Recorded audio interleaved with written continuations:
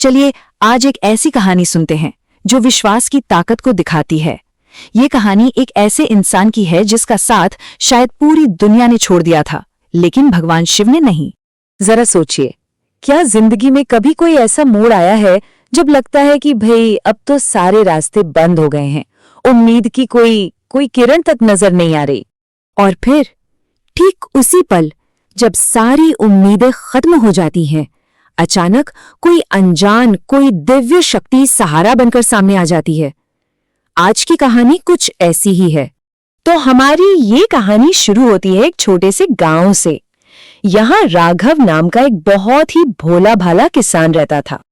देखिए, राघव मेहनत करने में कोई कमी नहीं छोड़ता था, अपना खून पसीना एक कर देता था खेतों में। पर लगता था जैसे किस्मत को कुछ और ही मंजूर था।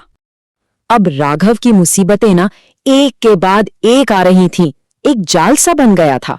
फसल खराब होती तो साहूकार का कर्ज चुकाने के पैसे नहीं होते, और जैसे जैसे कर्ज बढ़ता, घर में तनाव और चिंता का माहौल गहराता जाता। और तो और गांव वाले भी उसे ताने मारते थे, कहते थे, अरे तेरी किस्मत में ही कुछ नहीं लिखा है।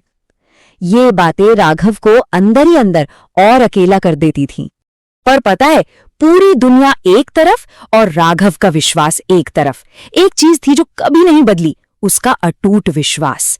हर सुबह सूरज की पहली किरण के साथ वो मंदिर पहुंच जाता और बस भोलेनाथ का नाम जपता। यही उसका आखिरी सहारा था। लेकिन राघव की मुश्किलें अभी कहाँ खत्म हुई थी, बल्कि अब तो उसकी आस्था की सबसे बड़ी, सबसे कठिन परीक्षा होने वाली थी। सोचिए, 1 साल बारिश की एक बूंद तक नहीं गिरी। राघव की सारी मेहनत पर पानी फिर गया।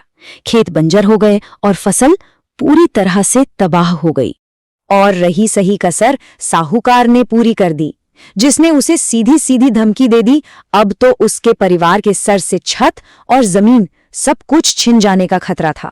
घर में खाने का एक दाना तक नहीं बचा था। उस रात राघव सच में पूरी तरह से टूट गया था। उसने बस आसमान की तरफ देखा और दिल से एक ही आवाज निकली, भोलेनाथ, अगर तुम सच में हो तो बस अब तुम ही कुछ करो। ये एक भक्त की आखिरी पुकार थी। हाँ, और यहीं से कहानी में एक चमत्कारी मोड़ आता है। उसकी वो पुकार, वो अनसुनी नहीं रही। तो हुआ ये कि उस रात राघव को एक सपना आया। सपने में एक बहुत ही शांत आवाज सुनाई दी, जिसने कहा कि मंदिर के पीछे जाना। सुबह जब वो वहां पहुंचा तो सच में जमीन का एक हिस्सा थोड़ा धंसा हुआ था, और जब उसने उसे खोदा तो उसे एक पुराना संदूक मिला। उसका दिल तो जैसे सीने से बाहर आ जाएगा। कांपते हाथों से उसने वो संदूक खोला और जो देखा उससे उसकी आंखें खुली की खुली रह गई। संदूक सोने के सिक्कों से लबालब भरा हुआ था। अब कोई भी सोचेगा कि चलो सारी मुश्किलें खत्म, लेकिन नहीं, ये खजाना उसकी परेशानियों का हल नहीं था, बल्कि ये तो उसकी असली परीक्षा की शुरुआत थी। अब देखिए, राघव के मन में एक जंग छिड़ गई थी। एक तरफ गांव वालों की बातें थी जो कह रहे थे, अरे रख ले, किसी को क्या पता चलेगा। और दूसरी तरफ उसकी अपनी ज़मीर थी जो बार बार कह रही थी कि ये धन उसका नहीं है। और इसी उधेड़-बुन के बीच मंदिर के एक बड़े ही ज्ञानी बुजुर्ग पुजारी वहां आए। उन्होंने पूरी सच्चाई बताई। ये खजाना मंदिर का ही था, जिसे सालों पहले किसी खतरे से बचाने के लिए छिपाया गया था। और शास्त्रों के हिसाब से जो इसे खोजता है वही इसका असली हकदार होता है। और राघव ने जो फैसला लिया, उसी में इस पूरी कहानी का असली मतलब छिपा है। देखिए, राघव ने ईमानदारी का रास्ता चुना। उसने आधा धन मंदिर को दान कर दिया और बाकी से अपना सारा कर्ज चुकाया। और इसके बाद तो जैसे सब कुछ बदल गया। उसके खेत फिर से लहलहाने लगे और उसके घर में सालों बाद खुशियां लौट आई। लेकिन पैसों और अच्छी फसल से भी बड़ा बदलाव राघव के अंदर आया था।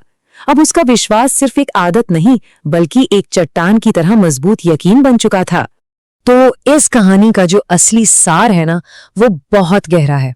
भगवान शिव का चमत्कार सिर्फ वो सोने के सिक्के देना नहीं था। असली चमत्कार था सही और गलत के बीच में राघव को सही रास्ता दिखाना, उसे वो बुद्धि देना जिससे वो सही चुनाव कर सके। मतलब जब कोई इंसान सच्चाई और विश्वास के रास्ते पर टिका रहता है ना, तो भोलेनाथ खुद उसके लिए रास्ते बना देते हैं। तो ये कहानी हमें एक सवाल के साथ छोड़ जाती है कि अगर दिल सच्चा हो और पुकार में पूरी श्रद्धा हो तो क्या कभी ऐसा हो सकता है कि वो पुकार सुनी न जाए।